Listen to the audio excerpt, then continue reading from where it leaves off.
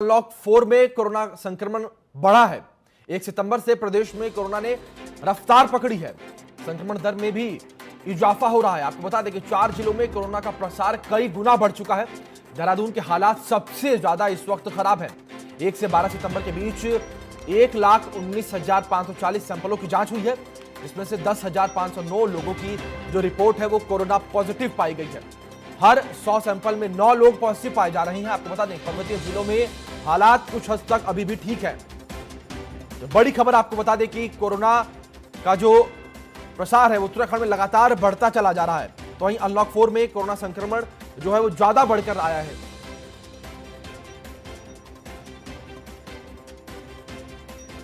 बड़ी खबर आपको बता दें इस वक्त सामने आ रही है। अनलॉक 4 में कोरोना संक्रमण जो है वो बढ़ रहा है। तो वहीं प्रदेश में पिछले 24 घंटे में सबसे ज्यादा 1600 से अधिक मामले जो हैं सामने आए हैं। तो वहीं इन खबरों पर हमारे सहयोगी अजीत कांबोज लाइव हमारे साथ जुड़े हैं, सीधे उनका रुख करेंगे।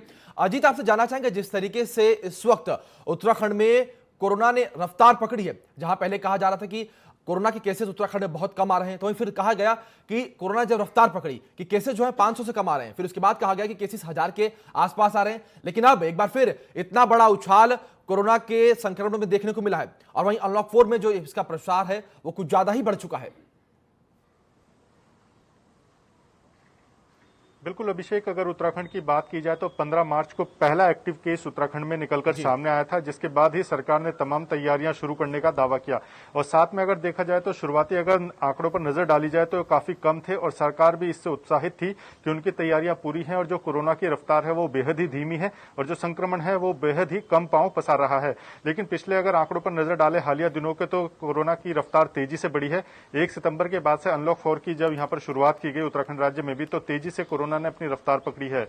और बीते रोज जो आंकड़े निकलकर सामने आए हैं वो अब तक के सबसे ज्यादा आंकड़े हैं कि एक ही दिन में 1600 से ज्यादा पॉजिटिव केसेस निकलकर सामने आए। और आज की तारीख में अगर उत्तराखंड में कोरोना पेशेंट्स की संख्या पर नजर डाली जाए तो 31,000 को पार कर चुकी है, जिसमें एक्टिव केसेस की अगर संख्या है वो 10,000 से ज्यादा है।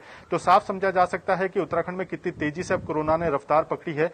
हालांकि शुरुआती दिनों में जिस तरह की रफ्तार थी वो काफी धीमी थी, रिकवरी रेट काफी अच्छा था, तो डबलिंग की संख्या भी काफी ज्यादा दिनों में थी। लेकिन अब रिकवरी रेट भी कम होने लगा है और जिस तरह से कोरोना की रफ्तार बढ़ने लगी है वो काफी ज्यादा हो चुकी है। हालांकि सरकार के तमाम दावे हैं, तमाम व्यवस्थाएं करने का उनकी तरफ से बार बार बयान भी आता है। साथ ही बॉर्डर चेक पोस्ट पर भी तमाम तरह की व्यवस्थाएं सरकार की तरफ से बनाई गई हैं, लेकिन कोरोना की जो रफ्तार है वो तेजी से बढ़ रही है। इसी का कारण है कि आज की तारीख में 31,000 से ज्यादा कोरोना पॉजिटिव केसेस उत्तराखंड में दर्ज किए गए हैं। अजीत, आपसे जानना चाहेंगे जिस तरीके से लगातार उत्तराखंड में कोरोना के जो केसेस हैं वो बढ़ रहे हैं, लगातार जो टेस्टिंग है वो भी की जा रही है, लेकिन जिस तरीके से कहा जा रहा है कि हर 100 में से 9 पॉजिटिव रिपोर्ट आ रही है, तो आपसे जानना चाहेंगे सरकार की तैयारियों के बारे में। सरकार कहां पर विफल होती हुई नजर आ रही है? सरकार तमाम वादे कर रही है, तमाम वो कह रहे हैं कि हम कोरोना की रोकथाम के लिए प्रयास कर रहे हैं, लेकिन ये प्रयास बिल्कुल भी सफल दिखाई नहीं दे रहे हैं, बिल्कुल विफल दिखाई दे रहे हैं। तो अजीत, आपसे जानना चाहेंगे सरकार कहां ये विफलता उसको मिल रही है? बिल्कुल, अगर सरकार की बात की जाए, सरकार की तरफ से तमाम तरह की व्यवस्थाएं यहाँ पर बनाई गई है। तमाम जिलों को दिशा निर्देश खुद मुख्यमंत्री रावत की तरफ से लगातार दिए जा रहे हैं। हम हफ्ते भर के हिसाब से यहाँ पर मॉनिटरिंग हो रही है कि एक हफ्ते में किस तरह की स्थिति रही, किस तरह की दिक्कतें जिला प्रशासन के सामने आई हैं और क्या कुछ चेंजेस वो चाहते हैं नीतियों में, तो इसको लेकर तमाम बैठकें यहाँ पर की जा रही है। सरकार की तरफ से जो दिक्कतें थी उनको दूर करने के लगातार दावे किए जा रहे हैं, लेकिन जो संक्रमण है वो लगातार बढ़ रहा है। हालांकि सरकार ने कोशिश की है कि उत्तराखंड में जो भी प्रवेश करेगा, केंद्र सरकार की गाइडलाइन से विपरीत सरकार ने यहां पर फैसला किया है और बॉर्डर पर आने वाले हर किसी व्यक्ति का यहां पर अनिवार्य तौर पर कोरोना टेस्ट करना होगा। तो तमाम ऐसी व्यवस्थाएं हैं सरकार की तरफ से जो यहां पर बनाई गई हैं। जिलों के भीतर भी तमाम तरह के चेकिंग अभियान यहां पर लगाए जा रहे हैं, जागरूकता अभियान यहां पर किए जा रहे हैं, मास्क सैनिटाइजर कंपलसरी किया गया है, सोशल डिस्टेंसिंग का पालन यहां पर कड़ाई से करना होगा। लेकिन फिर भी सरकार के जो तमाम व्यवस्थाएं हैं वो यहां पर फेल होती नजर आ रही हैं। कोरोना का जो आंकड़ा है वो लगातार बढ़ रहा है और पीछे लगभग एक हफ्ते की अगर नजर डाली जाए तो आंकड़ा काफी ज्यादा बढ़ चुका है। जयदीप, वहीं आपसे जानना चाहेंगे जिस तरीके से लगातार प्रदेश में कोरोना के आंकड़े बढ़ रहे हैं, तो ऐसे में सरकार अब अपनी रणनीति में क्या बदलाव ला रही है? क्योंकि जो उसकी सरकार की पहली रणनीति थी तो बिल्कुल फेल होती हुई दिख रही है, तो अब नई रणनीति किस तरीके से तैयार होगी? बिल्कुल, अगर सरकार की बात की जाए तो अनलॉक 4 के साथ सरकार ने कई यहाँ पर चीजें इंप्लीमेंट करने की कोशिश जरूर की है, लेकिन फिर भी अगर 1 सितंबर से अब तक के आंकड़ों पर नजर डाले तो जो सबसे ज्यादा आंकड़े दर्ज किए गए हैं वो पिछले 1 सितंबर से अभी तक ही दर्ज किए गए हैं।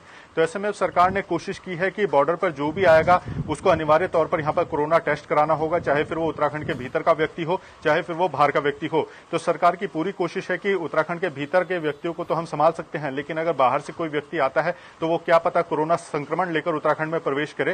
तो ऐसे में अनिवार्य तौर पर यहाँ पर कोरोना को टेस्टिंग के लेकर यहाँ पर व्यवस्था बनाई गई है और सभी जिलाधिकारियों को निर्देशित भी किया गया है कि बॉर्डर पर सख्ताई से पालन किया जाए और जो भी लोग उत्तराखंड का रुख करते हैं उनको अनिवार्य तौर पर टेस्टिंग की जाए, थर्मल स्कैनिंग की जाए। तो व्यवस्थाएं सरकार बना रही है और बेहतर तरीके से यहाँ पर काम होगा। जी अजीत, आपसे जानना चाहेंगे, जिस तरीके से लगातार खबरें सामने आती हैं, ऐसे हमारे सामने तस्वीरें भी कई सामने आती हैं, वीडियोस वायरल होते हैं कि पहाड़ी इलाकों में जब कोई बीमार पड़ता है तो सुनने में आता है कि कोई जो मरीज है उसको उसके परिजन 10 किलोमीटर, कोई 5 किलोमीटर पैदल लेकर अस्पताल पहुंचे। अगर ऐसे इलाकों में कोई कोरोना केस निकलता है तो जो स्वास्थ्य विभाग है वो कैसे वहां तक पहुंचेगा और कैसे बेहतर सुविधा वहां पर उपलब्ध कराएगा, क्योंकि काफी बड़ी चुनौती ये है कि सरकार के सामने। बिल्कुल, अगर उत्तराखंड की भौगोलिक परिस्थितियों की बात की जाए तो यहाँ पर काफी दूरस्थ इलाके हैं जहाँ पर लोग रहते हैं और वहां से अगर उनको स्वास्थ्य संबंधी कोई दिक्कत होती है तो काफी उनको पैदल भी चलना पड़ता है।